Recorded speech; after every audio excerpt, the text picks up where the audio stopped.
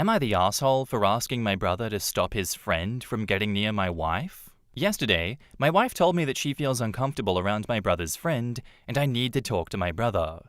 I said I wanted to talk to my brother or confront his friend, but you said you'll manage and I shouldn't interfere because I might lash out. She said that I was right and I should do what I want, but I should be polite.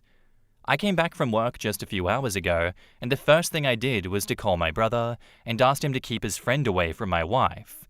He asked me, did his friend piss me off? And I asked him if he's dumb, do you not see that your friend is being flirty? He said that his friend is playful. He's extroverted, while we are introverts, and we should just get along because my wife was also friendly with him. My brother's friend on every occasion tries to talk to my wife, and he makes stupid jokes to make her laugh, and yesterday, when we went to my brother's on my niece's birthday, his friend grabbed my wife's shoulder and tried to take a selfie with her. My wife said no, and she came to me, and not just this, but he also comments on pictures that my wife uploads. I explained everything to my brother, but he said his friend is just playful and fun to be around. I said he should ask his friend to stay away from my wife, and if he doesn't, then we won't attend any family celebration if his friend is invited. He said that we are overreacting, and that my wife should have shut him down early on if she had a problem with him. Are we assholes here? In the comments, Grey Blue Girl says, your brother is not listening. Go directly to the horse's ass and say, hey, stop talking to my wife, don't touch her. She doesn't like it, I don't like it. Be friendly and playful somewhere else, not the asshole. OP replies, I thought that my brother would talk to his friend and tell him to stay away from his sister-in-law, but he would rather blame us and say that I am overreacting and my wife shouldn't have become friendly with his friend and should have shut him down, like we ever wanted to get close to his friend. If he doesn't listen to me and asks his friend to stay away from my wife, then we might as well stay away from them all. Humble Map says, skip your brother and go directly to him. Tell him the truth. That at first, you and she ignored it, but now it is no longer allowed. Followed with, this is not a negotiation, but a firm line. If he does not listen, you can walk away from your family or encourage him to listen. Most people will listen when told directly. Tell him this is not a joke and to not touch her again. What the hell is this asking bullshit about? You tell the asshole in question to fuck off and never darken your door or contact your wife ever again. This isn't some case of toxic masculinity or such bullshit.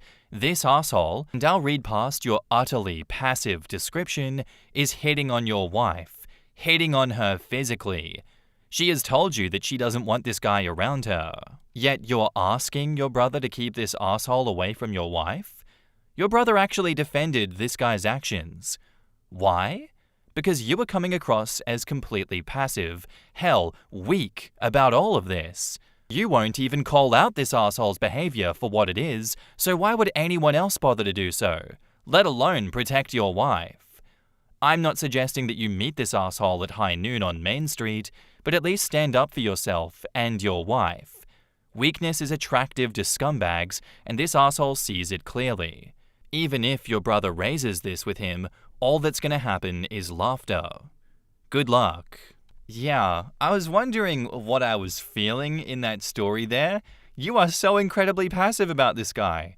It's okay to be passionate about your wife and defend her like this. I completely understand bringing it up to your brother first and trying not to make a scene, trying alternative ways to make this not a problem anymore before it reaches a violent crescendo, but your brother is not on your side, and he doesn't care. He is making excuses for this man, and he will laugh at you and your wife behind your back. Your brother has picked a side, and it's time for you to do what the comments are saying and get directly to the source and deal with this yourself. This man is hitting on your wife. He is disrespecting your marriage. He is disrespecting the both of you. It is time for you to do something about it, OP. Good luck. And now, on to the update. My brother told me that his friend was just being playful with my wife, and that my wife shouldn't have encouraged his friend and shut him down when his friend was harassing her. So I decided to talk to his best friend directly. I called him and I introduced myself. I said, we don't like him getting close with my wife, and it's best that he stays away from her on occasions. He said he is sorry and didn't mean to hurt me, and my wife never had a problem with it. I said, but you did, and I am now speaking for my wife, and you should stay away from us. He followed up with, yes, he will. My brother, my shitty-ass brother. His friend told him, and my shitty brother said that I shouldn't have talked to his friend, and he did nothing wrong. He only tried to talk to my wife to make her laugh and touched her shoulder for a selfie. I told my brother that it's vile and we don't want his best friend near us. We argued, and I ended up telling him that if his friend is invited to our family gatherings or occasions, then we will leave. This whole thing became a family drama, and in the end, my parents and my other siblings told my brother that his friend isn't invited and my brother is pissed. He says that it's all my fault for making a huge deal about a selfie and small jokes. We are both happy with my family's decision, and my wife said I have good siblings, minus my brother. We were planning on skipping on every occasion where his friend was invited anyway, but I don't get my brother's reaction. His friend is harassing his sister-in-law and he's fine with it? In the comments, what the hell JFG says, not the arsehole. Your brother and his friend need to be aware that no means no, whether it's just for a selfie or unwanted attention and tasteless jokes just to make her laugh. Men who don't get that will not hear you and will always minimize and defend their juvenile behavior. The difference about this post that is actually refreshing is that friends and family agree with OP and not the immature offender. OP says, it goes without a doubt that my brother's friend crossed the line. He doesn't even need to get a no from my wife. It's common sense. And my brother? He's a different breed. I even started doubting a bit whether he's my brother or not. Maybe he was switched or something. My family will side with us.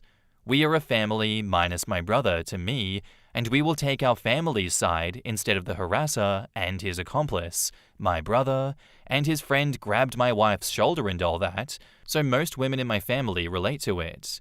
My mum and my sisters and my sister-in-law, so they're siding with my wife. Narangam says, not the arsehole. Your wife told you that she wasn't comfortable with what your brother's friend was doing, and when he tried to take a selfie with her, she told him no. That's a pretty clear indication that she had a problem with it and wasn't encouraging it. Tell your brother that your wife told your friend no, or better yet, have your wife tell him herself and tell him that she wasn't encouraging it and ask what the hell his problem is. Maybe do it around your other siblings and have them pile on. Get a big male friend and ask him to be extra friendly to your horrible brother. Let's see how he enjoys that extra spicy attention. It's crazy to me how much the brother is defending this friend here. Why do people feel the need to do that? Why do they feel like they have to control and manipulate people like OP and the wife into just allowing abuse to occur? How do they think people with common sense and a functional brain are going to take that and then let it continue and just agree with them? Like, obviously, we see it happen in these stories a lot, where the family does actually side with the abuser. It's sad that it's more often than not, but surely in occasions like this, they realize that OP is not a dumbass. OP is going to stand up for his wife and not allow this dickhead friend to be anywhere near the family again. It's just cringe, embarrassing behavior, frankly. And I think if the brother continues to die on this hill, he should be outcast from the family events too. Why would you even want him there? Thanks for the story, thanks for the update, and good luck, OP. Our next post is by user Korea V Family, and it's titled, Am I the asshole here for calling my wife selfish for even considering taking a job across the country and trying to uproot our family? So my wife was recently offered a job across the country, which requires relocation, but also will have frequent travel obligations. My wife feels that this would be a huge plus to her career, but the issue is that we have 2 children and my practice is here. What she will earn is not even half of what I currently make. She's currently not working, so I told her if she wants to take the job, she would have to help with childcare expenses, which would likely include a nanny, because I sometimes work nutty hours, depending on if I have a mandated hospital shift. She feels this is unfair because she would have to cover her own living expenses, and paying for childcare on top of that would leave her with very little. This job is not even providing a relocation bonus. She suggested that we move, but everything we know is here. Our children have their friends here, and transferring my medical license is not all that simple. Her final suggestion is she take the kids, I stay here and cover the cost of childcare and expenses because she claims childcare and cost of living is cheaper. Just not cheap enough for her potential salary to sustain me being a stay-at-home parent. I want to support her, but her suggestion seems half-baked to me. In the comments, Love Lola Heart says, "Not the arsehole, and it's a bit concerning for the state of your marriage that your wife suggested that you and she live in different parts of the country. I could be way off base if she's going from not working to suddenly wanting to move across the country with the kids for a career, but it's possible that she's getting her ducks in a row prior to asking for a separation. If she moved with the kids and then filed for a divorce, it's possible that you would have to give up your practice and move to where she is if you want to see your children. I don't know what kind of career your wife is looking to have, but I can't imagine there isn't another opportunity that is more geographically desirable. I would have a sit-down with her and emphasize that you want to support her without ripping your family in half." This sounds a lot like a quiet divorce. Living across the country from one another, she has custody of the kids, but you're still paying for most everything? I get if she's excited about a new job, but the decision needs to be made for the good of the entire family, not just her. If she's insistent on it, you have your answer. She's choosing this job over the family. What are her long-term prospects staying locally? OP says, in what she wants to do, not great. She can leverage her engineering degree to work at a civil engineering firm doing consulting, but she did that prior and she hated it. Her current offer actually would have her working on infrastructure and work on something with meaning. OP, you said your practice is where you currently live. Is it your business, or do you work for someone? OP says, I have my own practice and also work and teach at our state learning hospital. I'm the director of the Multiple Sclerosis Center and the director of the Neurology Residency Program. Not the asshole, but unlike everyone here who thinks that she's not into the relationship, I might suggest she is simply tired of being home so much and wants to have a professional identity outside of the home for her. If she's not working, she might feel pressure to accept the first job offer that she gets because to her, it's been a long time coming. It sounds like financially it won't work, which stinks for her. But be understanding. Imagine if you were home all the time and suddenly someone offered you a job that you had longed for, and then respond with that awareness in mind. Not the asshole. I would understand if you were a stay-at-home dad. That would be reasonable. I didn't really get this part though. Are you completely against her going off to work, or this one specifically? If this one, then you're completely justified, especially considering that there are kids involved. Ripping them away from their friends is rude and unnecessary. OP says, I am not against her working at all. I'm just not in favor of moving to a different state. If I'm going to give my honest opinion here, I understand what she's doing and why she wants to do what she does. I'm going to assume that she's sick and tired of being a stay-at-home mom and wants to do something with meaning, as OP said.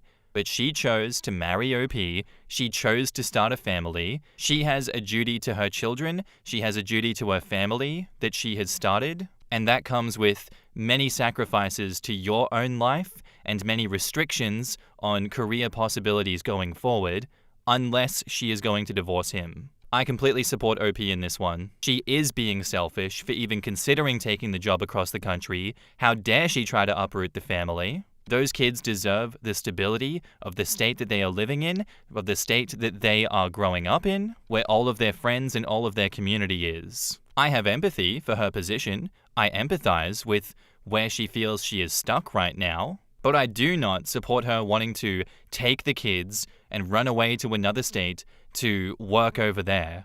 Absolutely not. The kids deserve better than that. OP deserves better than that.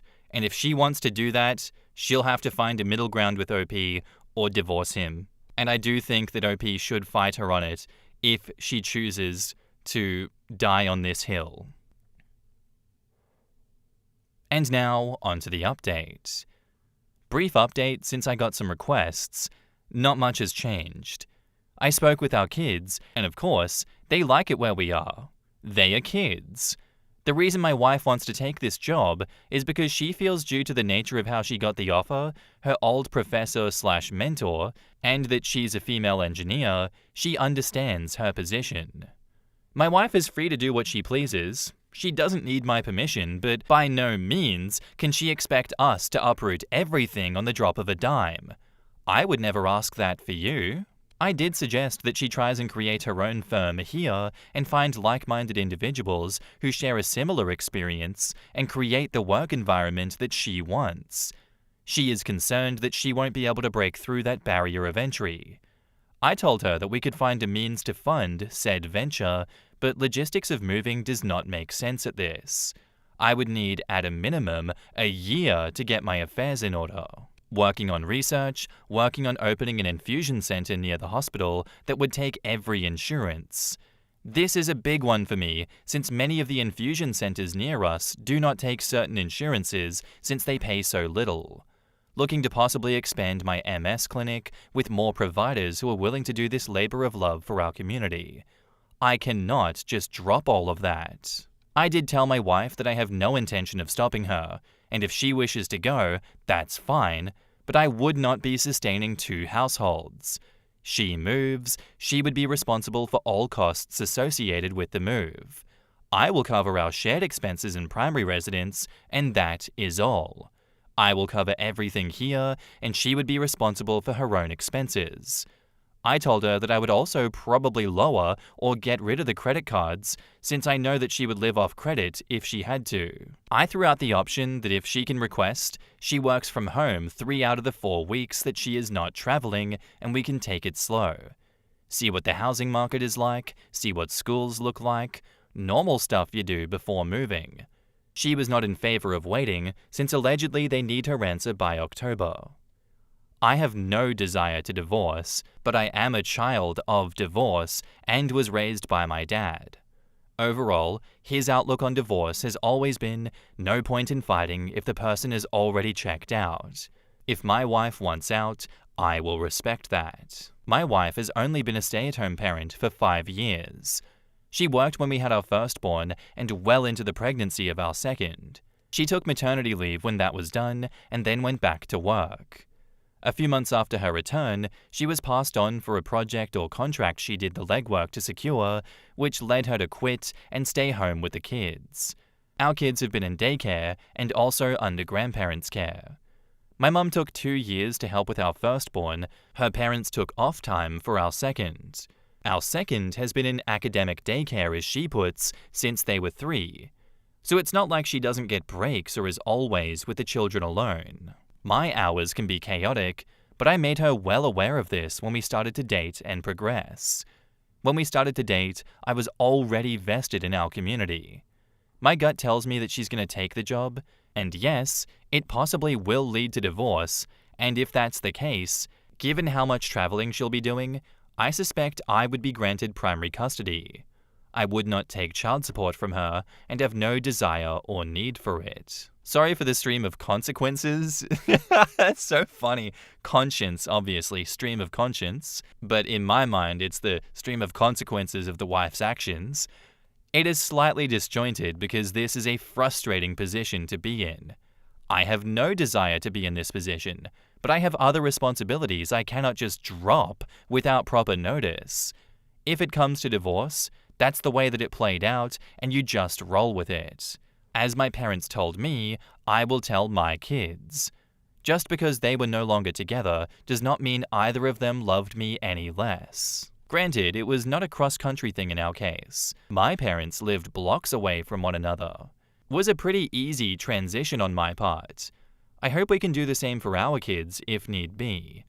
The ideal is far worse than I thought, but it's a small startup thing with a small team who won the project since they took a huge cut on their profits, so the pay is actually a lot less than half of what I make. More like 1/3 of what I make, if that. So I can see how she cannot afford to cover any shared expenses. She probably will barely be able to cover her own expenses. We will see, but all signs point to her taking the job and we'll just adjust. But if divorce happens, it happens. That is life. I do love my wife, but she is her own person with free will. In the comments, so she wants to move across the country to take a job that wouldn't even sustain her alone? OP says she barely will be able to sustain herself. Allegedly just a temporary thing until they establish themselves as a firm/company first. So uproot everything for the possibility that this business takes off? No. For an individual, that would be fine. They can accept that risk and the consequences for themselves, but this isn't an individual taking this risk. It's someone with a partner and, more importantly, children. Putting everyone else at risk for one's own gamble is selfish. One might as well dump everything they have on a roulette wheel in Vegas. I'm not suggesting you go straight to divorce, but the fact of the matter is that your wife is voluntarily choosing to separate herself from you and the kids. It might be wise to consult with an attorney to get a separation agreement in place before she leaves. I'm sorry, but it seems she wants to check out completely. I hope I'm wrong, but that's the sense that I'm getting from your posts. You need to protect yourself and your kids. 2, and including your assets, and not being responsible for debts that she will inevitably run up while away. Shit, that's a good point. He has already mentioned a concern about her credit. If they're still married, he's on the hook for those credit cards, which both of you seem to understand, but for some reason, it just didn't dawn on me. Also, that separation agreement could help her. Kinda figure her own shit out. It may be a wake-up. I'd be a lot more upset than this guy seems to be. What are your hours now, and what will they be after you expand your clinic? You said your hours were already chaotic, so I'm just curious. OP says, outside of my mandated hospital shifts, I'm home no later than 7, so around 7 to 7. Once they go to sleep, I may respond to patient messages, review and update notes from 12 to 2 once a week. Sometimes I do work weekends, since some of my patients are working parents, so that's the only time they can come in, but that's like 8 to 11 a.m. I only have a handful of weekend patients. That is a once-a-month thing. Edit, I know it's less than ideal, but I have my reasons for going this far. My grandfather had MS, and it was rough for him. Still on your side for this one, OP. All of this just further solidifies my choice of words, my recommendation, my judgment on the first part of this story. You were doing a noble thing in your town. You were doing something that not a lot of people do. It sounds like your area desperately needs the work that you put into the community, and uprooting that is not fair to yourself, and it's not fair to everyone else that relies on you now. I still stand by the fact that she is being too greedy and too nonchalant about this whole thing for her own good. She is actively imploding everything that you two have worked together to set up, and if it does end in divorce, that will be entirely your fault. Everything that you described about that process of letting it happen, not fighting it, letting it be, it's upsetting to hear, but it's an incredibly noble thing on your part to do. There shouldn't be a fight over this. I don't think fighting with someone that has already made up their mind is going to change anything. If she truly believes in this and wants to do it and thinks that this is where her future is, yes, let her go do it, but get that separation agreement sorted. Protect yourself before you take on unnecessary debts. Protect your children from an absent parent. They deserve better, you deserve better. Thank you for the story and thank you for the update. Our next post is by user What Is The Sound, titled, Am I the asshole for reporting my male supervisor for barging into the women's changing area when HR won't act? I, 25 female, work in a fairly large lab where we have to get into suits to work with our equipment every day. I'm the only woman, so they use my changing area as extra storage for the lab. Due to this, one of my male supervisors, male 60s, keeps crossing lines. On the first time, he walked straight into the women's changing area while I was mid-change. No knock, no warning. I don't know if he saw me undressed because he left very quickly after I yelled, "Hello?" He later told me he was going in there to grab something. Second time, he actually announced himself before coming in, but then brought in a contractor and maintenance worker that I didn't know, saying that the contractor needed to check something. The doorway was blocked, so I couldn't leave. And when I said I wasn't comfortable, I was told multiple times to just deal with it because she's a woman. I felt trapped and humiliated. For the record, I don't mind changing around other women co-workers, if I had any, but strangers being walked in without warning is not the same. He could have called or texted me to warn me about her. The third time, I was working on an experiment in the lab using sensitive equipment to record measurements, and he kept interfering, opening and closing parts of the setup while I was running data collection, which completely messed up my results. I asked him to stop, and he didn't. The second I called another supervisor over, he suddenly shut it down and acted totally normal. I filed a formal complaint and even asked that he not be an authority over me while this is sorted out because I was worried about retaliation. HR basically brushed it off, acted like no rules were broken, and refused to take any action. Now I feel like I always have to have another person around anytime I interact with him just to protect myself. So now I'm second-guessing. Am I the asshole for reporting him at all when HR doesn't think that it's a big deal? In the comments, June7784 says, "You are not overreacting at all. That's just basic respect and boundaries. HR sounds useless if they can't even see what's wrong here. It's not hard to give a heads up or knock, especially when you're the only woman there. And bringing in someone else without warning? That's just weird." OP says, "The crazy thing is that HR told me point blank they won't investigate it or his escalating actions because it's an issue that can be resolved by mediation." Proud Geek says, "Can you file a complaint with the US Equal Opportunity Employment Commission if you're US, or is there an equivalent where you live?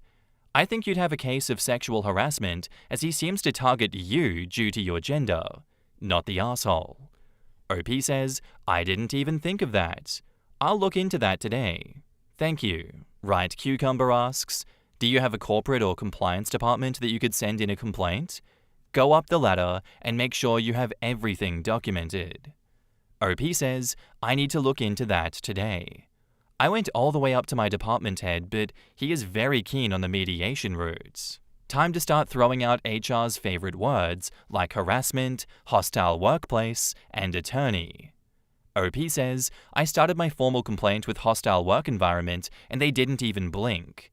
Maybe the other two words will faze them." All of that and then some, OP. It sounds like HR is in cahoots with this guy and doesn't care that he is messing with you and harassing you and everything else that comes with that territory. Don't cave into the pressure of them being like, "Oh, you know what? Let's not go up the chain. Let's just do mediation. Mediation will solve everything and it'll keep you quiet." Hell no. Take the advice of the comments, report his ass for barging into your changing area, and clamp down on his seedy ass. He deserves consequences for the bullshit that he's pulling at work, and you should not be forced into submission by everyone else around him that is enabling him. You're not the asshole for standing up for yourself. You are doing right by yourself, and I encourage you to keep going.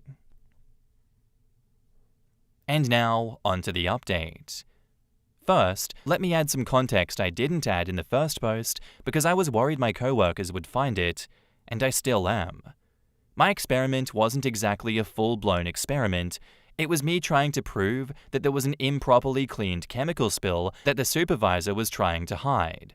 The chemical that was spilled isn't known to be too toxic, carcinogenic, poisonous, corrosive, or reactive, but its chemical properties make it hard to detect other than with special equipment and colorimetric papers. My findings caused an outside third-party company to come in and bring an industrial hygienist. I clearly have trust issues, so once we were given the all-clear to return to the lab, I resumed my test to see if they properly remediated, and lo and behold, it was still present, at a level 10 times the OSHA PEL. So now there is more remediation, and the supervisor is angry again. To digress, I submitted my HR complaint as stated in the first post. They didn't even speak to my witness and closed the investigation. My complaint is now in the hands of my department head for mediation. He has had several meetings with me where he has stated how open to mediation the supervisor is. Allegedly, the supervisor told the department head that he wants to see me succeed and wants to mentor me. A statement which feels like a continued backhanded compliment. In a fun new plot twist, a new woman hire is joining the lab and will be using the woman's changing room. I brought this up to the department head at my last meeting and said, "Are you going to inform the new lab tech that I'm locking the door due to this supervisor's intrusions?" The department head says, "Well, why does anyone lock a door?" "For privacy." I said, "Is that what you're going to tell her?" And he says yes, because at its basis, it's about privacy. OP says, "And if he tries to walk in on her?" Department head says, "Then that will be dealt with." I say, "But this won't?" And department head says, "It is, with mediation." The weight of the disruption and the accountability is still being placed on me. I must lock the door. I must weigh the ethical dilemma of telling her, all while all he has to do is mediation. They also have to put wall-fixed items in my changing room that were contaminated. This led to a baseball-sized hole in the wall, a hole that opens into an office cubicle mixed gender area. I shoved N95s into the hole just to feel comfortable using the enclosed bathroom stall at the far end of the room. When I brought up my concerns, I was told I had permission to use the department head bathroom. It took them about 3 days to fix it. At this point, I've moved all of the extra items being stored in my locker room to a public location. Now there should be no need for men to enter. I haven't filed an EEO complaint just yet, and now some of the other lab workers are angry at me for being a troublemaker and stirring the pot by continuing to find contamination. It is still an uphill battle, but I'm not giving up quite yet.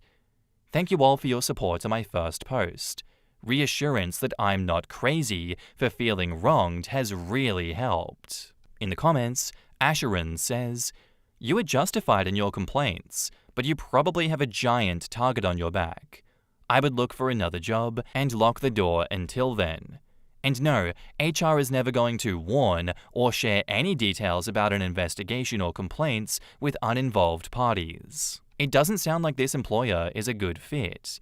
Do you really want to stay in this tense environment? I think you were right to speak up, but it does sound like a real uphill battle with ongoing drama possible with the new hire. I'd be looking for another job personally. My female friends who work in scientific labs experience this sort of thing and worse all the time. I'm not sure how many better fits there might be in this area, which is depressing to consider. One major US scientific company had a lot of obscene and sexist graffiti in an employees only, no visitors or customers area.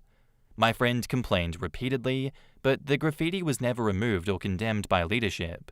That issue was consistent with the culture of the lab, and there was no comparable alternative scientific lab in our area that didn't have a similar culture. The only way the graffiti was finally removed was when the lab was scheduled for an external audit, and my friend brought it up again. This doesn't make us look very good. ... And that's where I'm going to end today's episode, guys. I do hope you enjoyed. If you did, let me know what you thought of it in the comments down below, and I'll see you in the next one. Bye.